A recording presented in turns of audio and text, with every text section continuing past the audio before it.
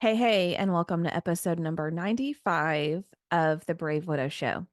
Today, I talk with Nikki Stock, a fellow widow and someone who has just an incredible story. I saw her post in a mutual Facebook group, and even though her post was two or three sentences long, it immediately resonated with me, and I knew I had to get her on the show. So we are going to dive into Nikki's story, and I can't wait for you to hear some of the things that she has to share with you. Before we dive in, if you are listening to this and you have not signed up for coaching, you have not joined the Brave Widow community, then I don't know what you're waiting for, but you need to join. Join a strong community of widows who are walking this crazy journey of grief together and helping each other take the next step to move forward. I was talking with one of my personal coaches about this just this past week. And one of the things we talked about is that we have widows in a multitude of stages, in several different stages. Some are in a stage of devastation. You've lost your person. You may feel like there's no hope. You may have no idea how you're ever going to find joy again.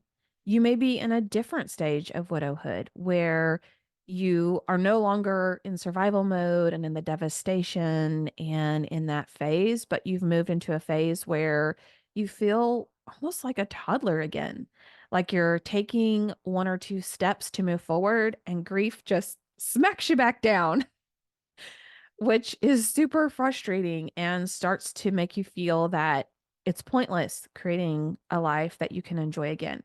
You may be in another phase or stage of widowhood where you are creating a life that you love. You're trying new hobbies. You are trying new things. We have widows who are becoming authors for the first time, who are starting businesses or side hustles or picking up new hobbies, testing things out that they enjoy. And you may be in a totally different phase of widowhood where you are ready to date again and you want some help navigating this emotional roller coaster of dating and apps and ghosting and people that want hookups and all of this crazy stuff. So, as I was talking with one of my personal coaches, one of the struggles that I have is painting the picture of this beautiful, wonderful, amazing life that can be waiting for you, that you can enjoy and explore when you're in a phase that seems so far away. It's like telling someone who wants to start up a new business, hey, you could start your own business and make $1 million a year. Like that just seems so impossible, so far away. It's almost hard to believe. And so, what coaches have to do at times and what business owners have to do at times is paint a picture that feels more realistic.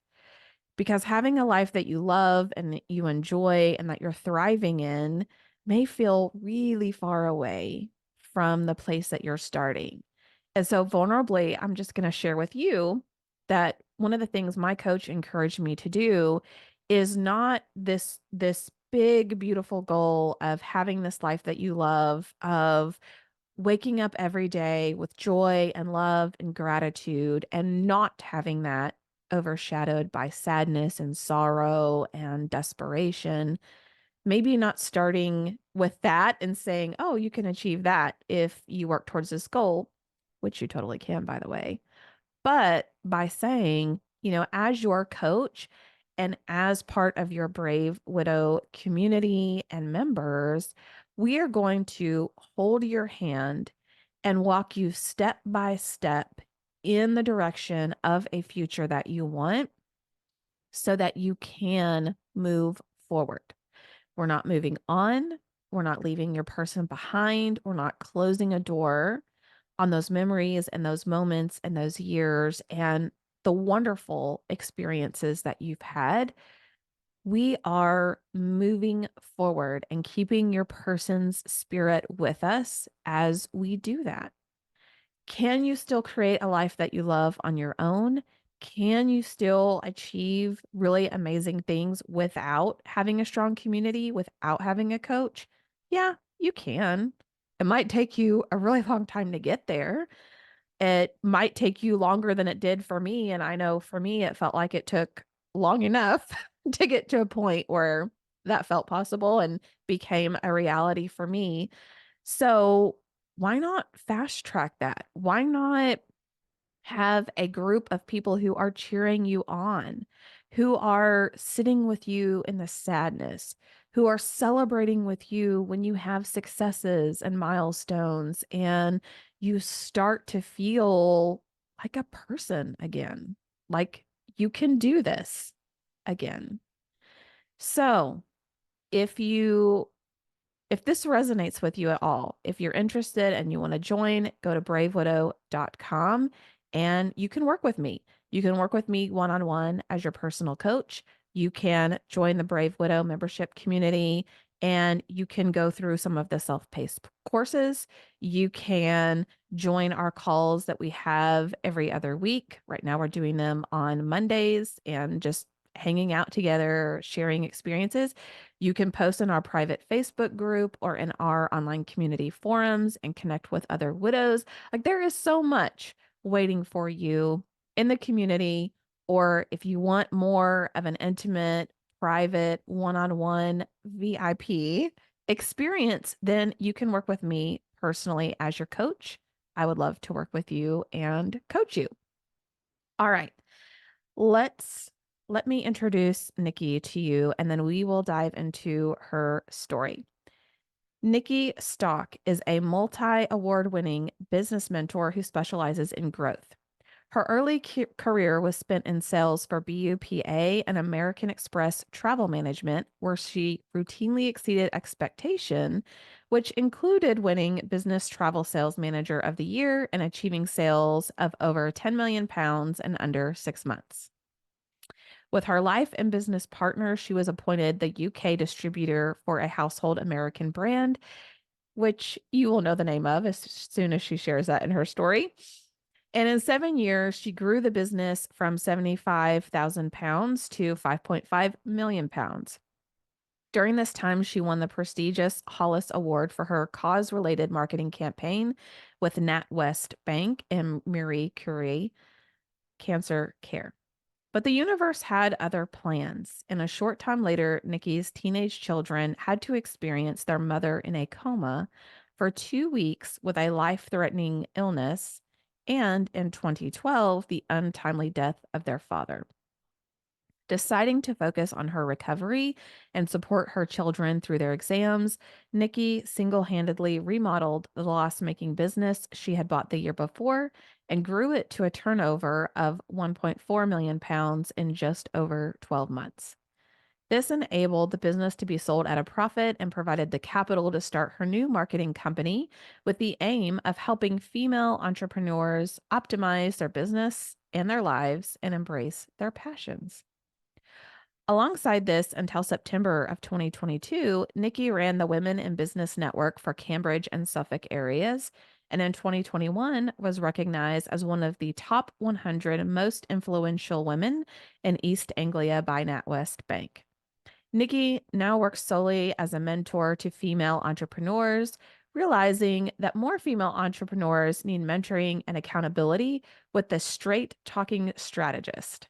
She has also founded Rich Beyond Money for women who appreciate the value of a balanced life, where she advocates living a life by design, not default. This inspirational community brings together a team of supportive group of female business owners who lift and inspire each other every day and share knowledge each month through Net Mastering, a hybrid of networking and mastermind. Nikki's two children are now adults, and she spends her time between her home in Cambridgeshire and her house in the Jalan Valley in Spain with her new partner, living new adventures. She can be found skiing in the winter, loves a game of tennis, and is a bit of a Jen fan. Nikki will share during the interview and also in the show notes where you can find her Her most prominent place is her Facebook group, Rich Beyond Money. You can also find her mentoring at nikkistock.com. I love when widows become entrepreneurs, authors, side hustlers, business builders, whatever you want to call it. This is incredibly inspiring to me. I love how Nikki mentions a life by design, not by default. And I can't wait for you to hear her story. Let's dive in. All right. Hey, hey, welcome back to another episode of the Brave Widow Show.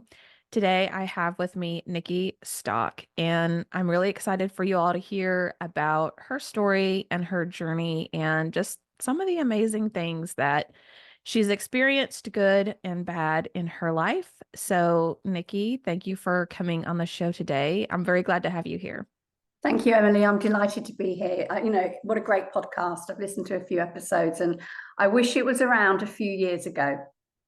Oh, thank you. Well, Nikki, if you don't mind, if you would share with our audience some about your background and your story. I know when you posted in a mutual Facebook group that we're in, just a few sentences that you shared really inspired me to want to reach out to you and to see if you would come on the show. So I know it's going to resonate with a lot of our listeners too. Yeah, so I'm Nikki. I live in the UK. I also live in Spain. And I became a widow 12 years ago at the age of 48. So not young, but not old. And it certainly wasn't on the life plan, as it isn't for any of us. My partner had a very rare blood cancer, and his treatment was incredibly aggressive.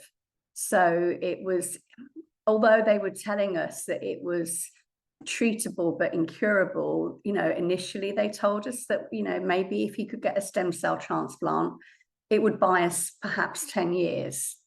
But that didn't happen. So prior to him getting ill, we had a really successful business, and you guys will know it out there. We actually bought Banana Boat Sun Care into the UK. Now, Emily's smiling, so I'm guessing. Yeah, so you'll know Banana Boat Sun Care. So we actually took your lovely brand into the UK and we put it all over the UK. That was our business for about 7 years. I think we I don't know what it is in dollars, but in UK pounds, we kind of had the business at about £7 million. So it was a really lovely business. And we just literally lost that just before Colin was diagnosed. It got sold to another company. So imagine, if you will, we've had a really good business, we've been really well paid, and then all of a sudden we don't have an income coming in. And Colin bought another business out of administration. But then he started to, he was just not feeling well in coming up to Christmas, and he'd been into hospital for some surgery on a shoulder injury he had. And it was at that point I noticed a lump on his neck, which then, having gone through the diagnosis with the doctors, we found out it was a blood cancer. So that's when, our lives imploded. And I know, some people will be experiencing, a very sudden death, whereas we kind of had time to plan for it. But as far as he was concerned, it wasn't an option. He wasn't going to die. So from my side of the story, it's very tricky because you're dealing with somebody every day that's having treatment, that is head in the sand, not thinking that the worst is going to happen. Meanwhile, you're there thinking, what am I going to do? What am I going to do if the worst happens? How? And I couldn't have that conversation with him because he wouldn't have it. So I didn't have the benefit of making plans. Yeah, and how do you balance that hope of, we all know death is inevitable, but there's hope that you might have 10 more years together, or there might be a miracle and he's cured. And so you want to live in that hope and faith that that's possible, and at the same time plan for, but what if that doesn't happen? We know that we have a serious diagnosis here. How did you even wrestle with that in your own mind? Yeah, I mean, I kind of sort of had a bit of a split personality. So when I was with him, I was just supporting in him in his decisions and what he wanted to do. And as I say, he was very much, I am not going to die. I am not going anywhere. And he wouldn't really, I'm the sort of person that as soon as I'm told something, I will investigate it to the nth degree. And I was attending conferences all over the world virtually on this particular cancer because I wanted to be so informed so that when the medical professions were saying, well, we're going to try this, I could say, actually, have you tried that? Or, you know, there's a new protocol happening in Las Vegas at the moment, and it's immunotherapy. So can we get hold of this? So for me, I was very much the practical person, and for him, he was just going through that grim determination. I'm not going to let it get to me. I'm not going to die. So I am not going to talk about it. So I was having to make plans in the background as to what I would do if the worst happened. Now, unfortunately, my story takes a bit of a turn for the worst because he'd been battling for about a year, just over a year, and he'd got into a very good remission. And we went skiing. We actually managed to get away for a family skiing holiday, which was fabulous because the children had had a really bad year.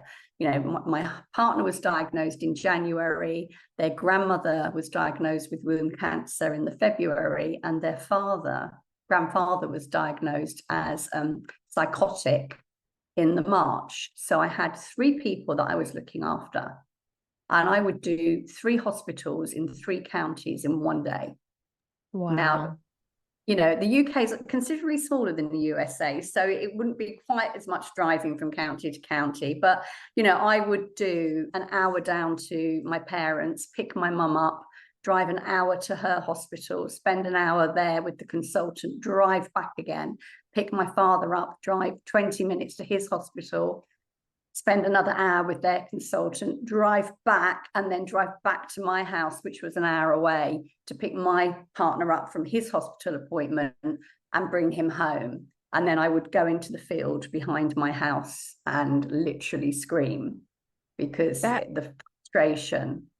Yeah, that had to be just mentally and emotionally exhausting, on Yeah. top of having lost your business and your income and trying to figure out what you're going to do there, balancing taking care of all of these individuals, plus being there for your children, and then even having a moment to yourself to evaluate this, almost like this hurricane that you're in of all these things happening at once. Like, it's just incredible that you were able to survive that, and that, you did some of the things that you did. But what, how did you just, what would you say to someone who's in that storm today and who's wondering, I don't know if I can keep doing this. I don't know if I can do it again the next day. Like, what got you through each of those days? Well, I don't know how far you got with my story, but I actually didn't survive it. I actually got very, very, very ill and ended up in a coma on life support, and I was dying myself. So I think the relentlessness of what was going on and the fact that I was looking after all these people, that put me in the coma, that put me at death's door.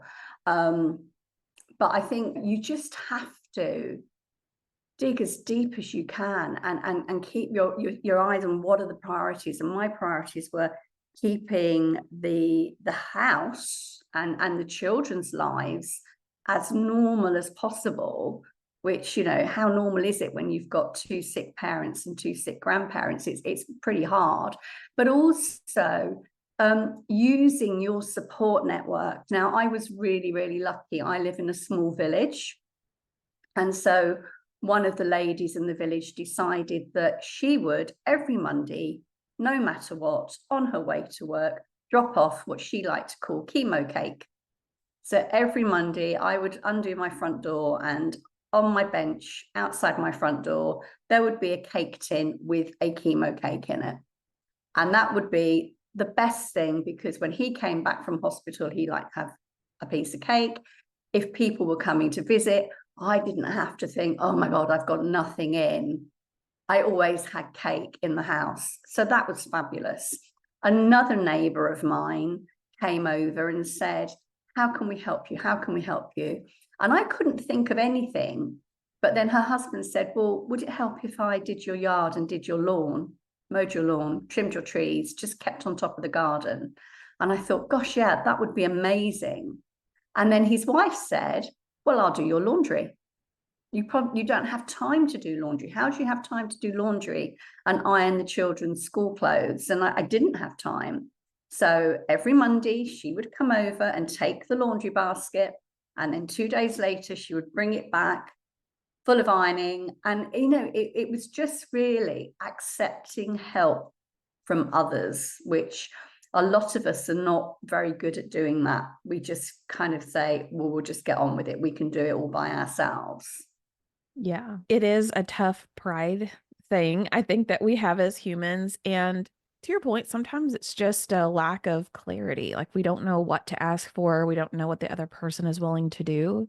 So I think it's really remarkable that they gave you some suggestions of, well, how about I do this specifically?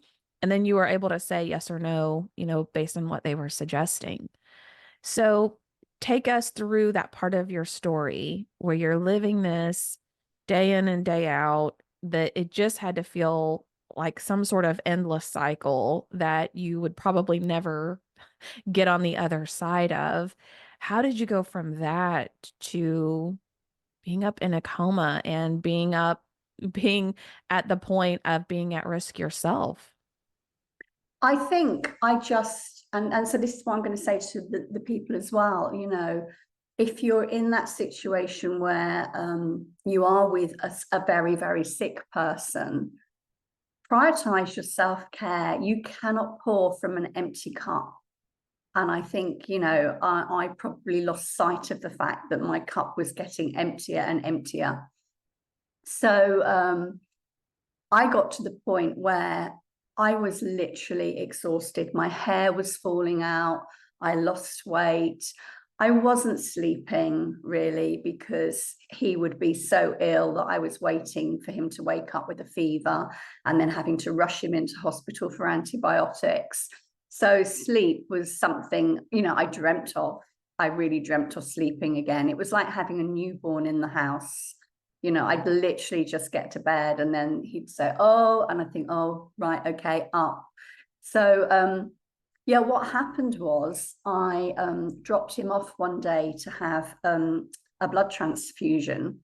And as I was leaving the hospital, a senior nurse who I knew came up to me and she said, you're not well, Nikki. And I said, oh, no, I'm fine. I'm just tired. And she said, no, you're not tired. You're not tired. She said, you are worse than tired. Your lips are going blue. I can see your lips are blue. Go to your GP, go to your physician and get tested, get checked out. There's something not right with you. I can see it. And so I went to my doctor that morning. I was lucky to get an appointment and they started to run some tests on me. And by the time I'd come from the test room back into my doctor's surgery, he was on the phone calling an ambulance to get me into hospital. He thought I was possibly having a heart attack, wasn't really sure what was going on, but what he did know was I was very sick. And what was going through your mind? Like, I would imagine I would be thinking, what else? Like, this can't happen to me too, but when you're in the moment, it's different. So what was I going through your said to mind? him, I said to him, I can't go to hospital right now because I've got to go and sort the children out and I need to go and pick up Colin because he's having his platelets and I'm too busy. And he said, you have to go now. You have to go now. So at that point, you get into that. So I negotiated not going in the ambulance. I said, look, can I get a friend to take me? If I go in an hour, will that be okay? And he said, right, you have to go in an hour. You need to be there in an hour. So I got home, I phoned round everybody, sort of said, right, you need to go and pick up Colin from the hospital. Can you pick up the children? Just explain that I'll be back later, or so I thought.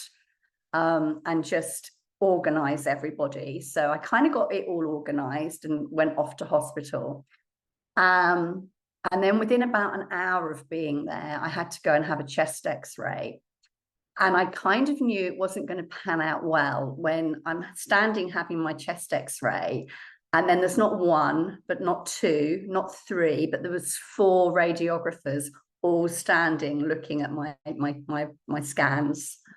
And Wow. you could see, and then you could see them looking at me, and they're supposed to not really show any emotion. Like this one woman's like almost shaking her head saying, how is she even upright? Mm. What they could see was that my lungs were literally not working.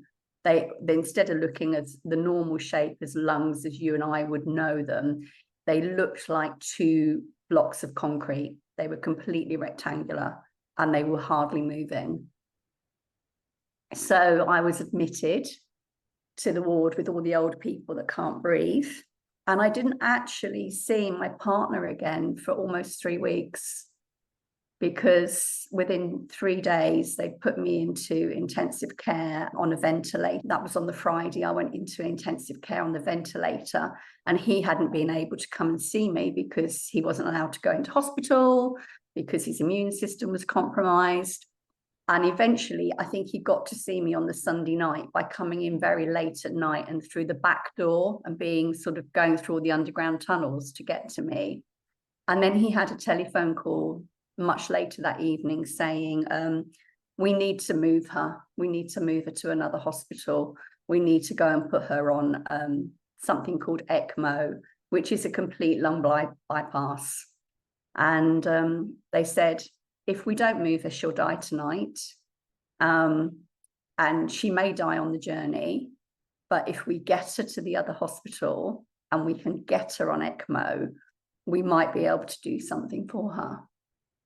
So he said, yeah, take her, move her, see what you can do. And so they did. And that's when they then put me into a coma and completely bypassed my lungs. And I had 17 lines going into my body, 17 lines going into my neck of antibiotics. And obviously they were pumping the blood out of my main artery through the machine to oxygenate it. And then they were pumping it back in.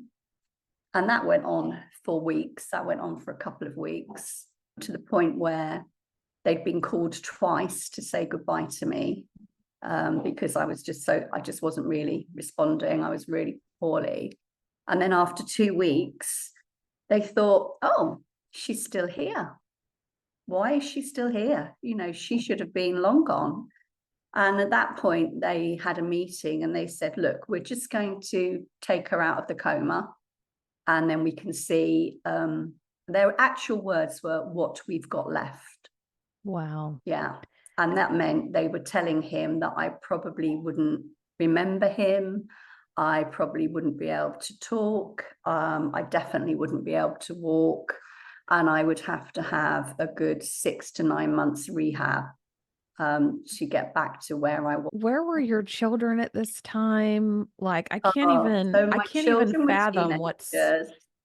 And, bless his heart, my son, on that Monday night, his dad hadn't had his dad was refusing his chemotherapy because he didn't want to go into hospital for 4 days. So his dad was just having some chemotherapy at home, and they'd forgotten to give him the anti-sickness tablets. So my son, age 13, was up all night with his dad with a bucket whilst his dad was being sick, and then literally carried his dad upstairs to bed and put him to bed. And at that point, my partner phoned his sister, and his sister moved in to look after them all. She said it was the hardest thing she's ever had to do. She said it was just because she's walking into my house that I run. I know where everything is. I know, the dance clubs, the after school clubs, the football, everything. I did everything, and she knew nothing. And all sorts of elements of my life imploded then. My son didn't have any school food for 2 weeks because I hadn't topped up his cashless catering system because I was unconscious. So I couldn't. But him being him, didn't want to worry his aunt. So he didn't say anything. And it was only when his friend's mum came round and said, Dad's not had any school dinners for 2 weeks. He's been sharing with Ryan. Did she know that she should have been topping up his finger? But nobody knew. And yeah, they would wake up in the night and they would see, and I would literally leave a piece of paper outside my daughter's bedroom door saying, gone to hospital, get yourselves to school. Because they would never know when they went to bed whether they would wake up in the morning and we would be there, or whether we would had to have gone in because Dad was poorly. So they had it really, really, really hard, really hard. My son's first suit wasn't for his prom, it was for his dad's funeral. Can't even imagine just not knowing every day and just seeing family member by family member go through all of these different things that I can't even imagine how difficult and just daunting that is, just getting through the day. Um, I think when you're in it, when you're actually in it, you don't think about it, because all you're thinking about is, I have to survive this day. And then I'll think, I didn't think about any of it until much later, till after, once I got better. And I came out of hospital weighing, I don't know what it would be in kilos, a 5 stone, really tiny, tiny person. My daughter had to go and buy me children's clothes, because everything was hanging off me. And he died 10 weeks after I came out of hospital. So we never got to kind of celebrate me getting better. We never got him to his transplant. And, he died on the Sunday. And I went to our business on the Monday to see our staff and say to them, look, he's gone. I'm in charge now. Not quite sure what we're going to do, because I really didn't have a clue about this new business. So bear with me. And then that was the next battle, was to, once the funeral was out the way, I then had to work 6 days a week to get this business that we bought out of failure. We'd only just bought it up to a level where I could then sell it. And that took 18 months. So I didn't really process everything that had happened until 18 months after the event. And during that time, all I could focus on was the business and getting the children through their exams, because it was a really big time. Lucy was sort of in her senior year at school, ready to go off to university, and Dan was sort of coming up 16 then. And so they were, that was all I did, even for another year and a half, was the business and the kids. So I still didn't really do me for 18 months. And then when I sold the business, that's when I sort of hit the wall. That's when I actually did come crashing down.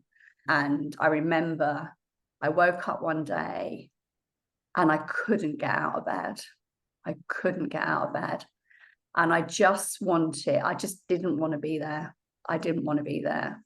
And I remember phoning my friend and she wasn't there. And I was just thinking, I'm not sure I'm even going to be here when the kids get home.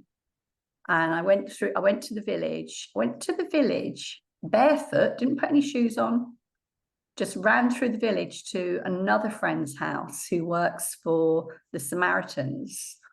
I'm hammering on her door, sobbing, and her husband answered the door and he said, what's happened? I said, I just need to speak to her. And he said, she's not here. She's at work.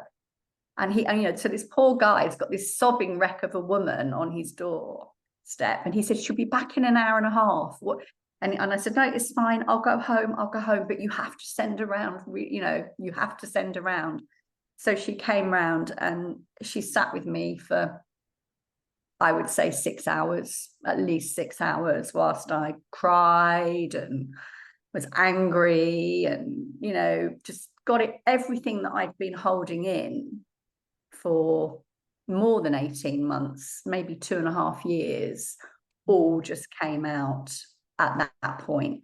And I think once I'd got it all out and realized, and started to process it, that's when I realized that, life had to change and I had to start looking after me and I was looking after my kids anyway, but really looking after me, because if I wasn't whole and back together, then I wasn't going to be any good to anybody. Yeah. And you make such a really great point about when you're in it, that you're in survival mode and you're worried about everyone else and everything else and just going through the motions. And at some point, reality sets in. And usually for widows that don't even have this additional trauma of things that you've gone through, it's this transition from I'm running on adrenaline, I'm getting all the paperwork done, I'm notifying all the agencies, I'm, getting things switched over in my name. Like I'm doing all these things, but I'm not slowing down enough to really process it. And at some point, it either catches up with you or you slow down long enough and reality sets in that, oh, this isn't a bad dream. Like this is real. This is really happening to me. And there's no going back. And so it's just this odd shift that I see a lot of widows go through. And I did myself of now I have to breathe and just let it all out and start to begin to process these things. But some people go through that for years before they get to the point where they actually start to process what happened to them. Yeah, and I think that, and it's hard, and I think it's really difficult for the people around you. I'm sure you found this. People don't know what to say to you, and it's oh, I'm really. Some people will say, oh, I'm really sad. Other people will just avoid you because they don't know how to process it. Because when you are widowed, much younger than your peers, it's just not how they expect things to pan out. So they don't know what to say. And I certainly felt for a period of time, certainly the couples around us melted away a bit because I was the extra person at the dinner table, the extra person at the event. And I was a reminder, a horrible reminder that they'd lost their friend. So yeah, very, very, very hard.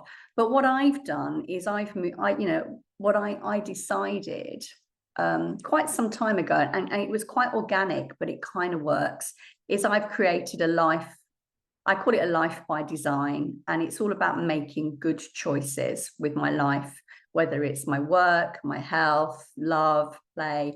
It's about making good choices, and I've recalibrated to some extent. And I always wanted to. I lived in Spain when I was younger, and I always wanted to live in Spain. So now I have a house in Spain, and I spend half my year there and half my year here. And so I'm living, I think we owe it to the people that we lost to live, if that makes sense. I think a lot of us live a life by default. Mm. Yeah, when I read that in part of your story, it really struck me because I try to talk often about creating the life that you want, creating the life that you love, really embodying who you want to be in the future and being the person that proactively, rebuilds that social circle, rebuilds those interests and hobbies and takes that proactive stance. But the way you phrase it with creating a life by design is such a beautiful way, and I would love for you to share some about that in how do you go from emerging out of this devastation and the chaos and just you had to have come up like a whole new person through all of this. How do you go from just being in shell shock and what feels like devastation to being at the point where I hear you mention in your story, well, I was lucky I had this, I was lucky I had that, and now I've created this life by design and this beautiful things I want for my future. What was that bridge over the gap in getting there? I think the bridge was that, I didn't ever want to feel how I felt when I was going through what I went through, which was totally out of control. I'm not a control freak, but I like to know where I'm going. I like to know what's happening. And when you're on that roller coaster of terminal illness, you never, ever, ever know. And you get these false promises, you get this false hope. I hope this is going to happen. It's not going to happen. And so you get used to being disappointed, and you get used to being let down, and you get used to waking up every day worried and scared and anxious. And all those things have a profound effect on our bodies, mentally and physically. And so I made a conscious, and also because I've been so ill myself, and I have residual stuff from that, I'm very immune compromised and everything else. I made some real decisions that I was going to stay fit. I was going to stay healthy. I mean, if I shared a picture of you, for you, of me 12 years ago, I look 5 times my age then. I look about 90 because I was just so ill. So for me, the point was, right, okay, what do I want from my life? I don't want to work 72-hour weeks or whatever it is that people do. I'm not going to kill myself. I'm not going to be influenced by the people in the media that say your business isn't successful if you're not having a 6 or 700,000 turnover or £1 million turnover or whatever it is. I am going to create something that is right for me, for what I need. And I do not want to be overwhelmed. I do not want to be stressed. I do not want to not know.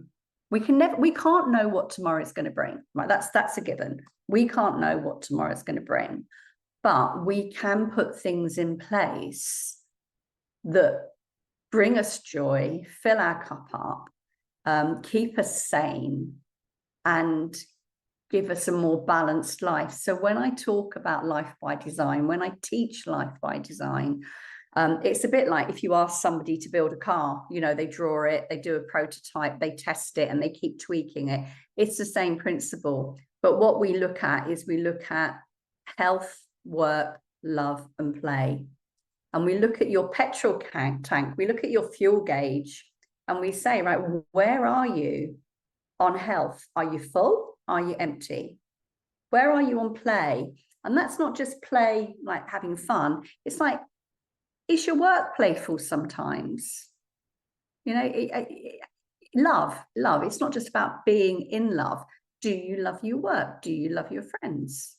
It's the bigger picture. And we have these gauges and we look at them. And the idea is we don't want everything, we don't work to be full and health to be empty, because that's not going to work. But if we can bring them all in alignment, so they're all in that middle, that's when we get the balance. And so I made that decision that I was going to balance my life out. So normally I work 3 days a week because that suits me. Sometimes I work more, but it just depends what I'm doing. I make sure I have time for my friends. I make sure I have time for my family. I make sure I hold space for myself as well. And I think as women, particularly women who are left on their own, we feel we have to do everything and we have to be all things to everybody. And I think we just have to be very mindful that you can't sustain that forever. You have to, be balanced. If that makes sense. Does that make sense? Oh, absolutely. And one of the things that I teach is that at some point, when you are pouring from that empty cup and you're not taking the time to carve out that space, it's going to manifest physically. It's going to come out in chest pains and stomach aches and insomnia and, under eating or overeating, and just physically our bodies will start to show things that we're wrestling with emotionally and mentally. And so you can't show up as your best self for other people if you're running on fumes and you're running on this empty tank? And I know for me, like I get irritable and cranky and resentful when I get in this martyr mode and I feel like I have to do all of these things and I should do this and I should do that. But then I feel resentful because I'm not taking the time and the space for me. So Mm. I 100% agree with you that you have to be willing to carve out time and space for yourself to be the best human being you can be for other people. Yeah. And if you do that, it will pay you back in spades, and you'll just be a nicer person to be around. When you get your vibe, when you find when you're in flow, when you're in flow and you've got your vibe and everything else.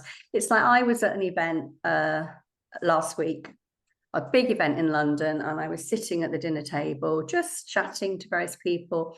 And a lady at the other end of the table was just calling me over. She said, "I need to talk to you." I never met her before in my life. And she called me over and she said, "You have such an amazing energy and aura about you." She said, "I don't even know who you are." She said, "But I have a strong feeling you have a really interesting backstory, bit of a sidekick." And I thought, yeah, here we go, here we go. And I said, "Well, yeah, maybe I have, maybe I have."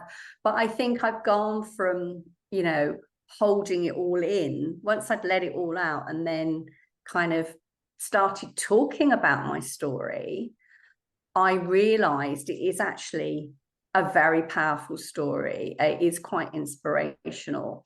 And I've only been telling my story for a couple of years because I couldn't, I used to cry when I used to tell my story. Whereas now I can tell it, and I want people to know that, do you know what? We will never, ever, you cannot move on. People will go, "Oh, she's never going to move on." No, I'm not ever going to move on. I was with that man for 23 years. He's the father of my children. And in fact, this year, I will have been without him half as long as I was with him. So it's quite a long period of time. But you can move forward. And I think that's the key. You can move forward. You can be happy. You can have a life. You don't have to feel guilty about it.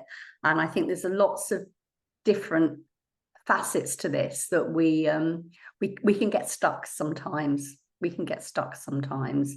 I was talking to somebody again at an event at the weekend, and it's a very, very new for her being a widow, and she's still carrying the survivor's guilt, even though there's nothing she could have done about it. Mm. But she feels bad that she's still here and he's gone. What can you do? And I said, it's, you shouldn't feel guilty about this. You should be living your life, and as a testament to him, really. So that's Yeah. my philosophy. Yeah. And I think guilt and regret is really strong in grief. And I went through the grief recovery method. That was probably the best thing I could have done to get through that piece of grief and not survivor's guilt because I felt like I'm stuck with all these kids and Nathan's having the time of his life. He's in heaven, like he's good. I'm the one picking up the pieces here, but more about guilt around our last few days together of, him being in ICU, me not being able to go, that separation and just things that were left unsaid. And that's a really heavy weight to carry. So my heart definitely goes out to that individual. And I know that's a heavy burden. It is, but this thing about things that are unsaid. When I was dying, I had a very nice time, if that makes sense. So I'd been in my coma, and when I came out of my coma, my mother came to see me, and she said, "We have been so worried about you. This is, oh my goodness, it's just been awful." And I was actually quite cross that I was back, because I said to her, "I've had a really lovely time." And you can imagine my mother thinking, "You haven't had a lovely time. You really haven't had a lovely time." And I said, "No, I've had a lovely time. I've been with I used to call my grandmother Nanny. And I said, I've been with Nanny. I said, it's been lovely. I've had a great time. And I remember having this whole on, I don't, in my hospital notes, they said a few times that I'd been very distressed because I'd been crying for my grandmother. And I have a very vivid memory of being with her in some other space and her just saying to me, you need to go, you need to go, you can't come with me. And me being so distraught that I couldn't stay with her. So, That's you know, incredible. I do have that. And I remember, I do feel very, very strongly that there is an afterlife. And I do feel that the people that left us they know all the things that we didn't say to them because we've talked about them since. And, that's my thing. Some people think I'm mad, but for me, I know that he knows all the things that I didn't have a chance to say to him. So, Nikki, thank you so much for coming and sharing your story and just being an inspiration for other widows that are out there. If someone wants to work with you, if they want to learn more about you, if they just really resonated and connected with what you had to share, what's the best place for people to go and find you? Yeah, I mean, the best place you can find me, I hang out on Facebook a lot. I have a community called Rich Beyond Money, and it's not necessarily geared at widows. I've got a lot of widows in there, but it's for women who appreciate the value of a balanced life. And if people want to work with me on their life by design, reach out to me on Facebook, direct message me. That's one place to find me, or you can go on to nikkistock.com, and there's loads of details there where you can connect with me, because when I'm not doing that, I am actually a business mentor and strategist, so I do other stuff as well. But my passion is life by design. That's the thing that I just want everybody to be doing this. It's the best thing ever. I love it so much. And for everyone watching or listening, we'll put the links to all of the ways to find Nikki in the show notes. So you don't have to worry about writing those down. You can go back and find those later. Nikki, again, thank you so much for coming on the show and sharing part of your story. I really appreciate it. Thank you so much for having me. I mean, as I say, I wish I'd found you 12 years ago, but then you wouldn't have been doing it 12 years ago. So fabulous. Thank you so much. Thank you. All right. Well, I hope you enjoyed hearing Nikki's story and what she had to share in some of the incredibly hard difficulties that she had to overcome and how she thinks about her life now. Nikki talks about creating a life by design, not by default, which is such a beautiful way to put it. It's one of the things that I encourage you to do on pretty much every episode of creating a life that you love, creating the life that you want for yourself and for your future. Both of these concepts are taking a proactive approach. They're not sitting back and being reactive. They're not sitting back and saying, well, everything happens to me and I have no choice. Yes, there are things that happen to us that we don't have a choice in those circumstances and in what happened to us. But we do have a choice in how we act and how we react to things. And we don't want to go the rest of our life just reacting, being on the defense, just whatever comes our way, then we respond to it. We want to take a proactive approach to healing and a proactive approach to living a life that we created or that we designed or that we aspire to have. That power is in your hands to do it. As Nikki mentioned, even if you are at the point where you haven't even processed your grief, time does not magically heal all wounds. Time does not heal you in part of your grief journey. You have to proactively approach it. You have to slow down, focus, and process your feelings and your emotions, or you are not going to get on the other side of grief. Years by themselves only provide you with what you are doing. Time only compounds what is. So if you are healing, if you are processing, if you are trying, if you are taking those baby steps, time will grow that and compound that and give you a beautiful result if you continue to be consistent. But if you are distracting yourself, if you are avoiding, if you are suppressing, if you are trying to hide from that, time compounds that. Time only makes more of what is and what you are invested in. All right. Thanks for joining me on this week's episode. I will talk to you next week. Are you a widow who feels disconnected? Do you feel like you're stuck or even going backwards in your grief? Widowhood can be lonely and isolating, but it doesn't have to be. Join us in the Brave Widow membership community and connect. We teach widows how to find hope, heal their heart, and dream again for the future. Find your purpose and create a life you love today. Go to bravewidow.com to get started.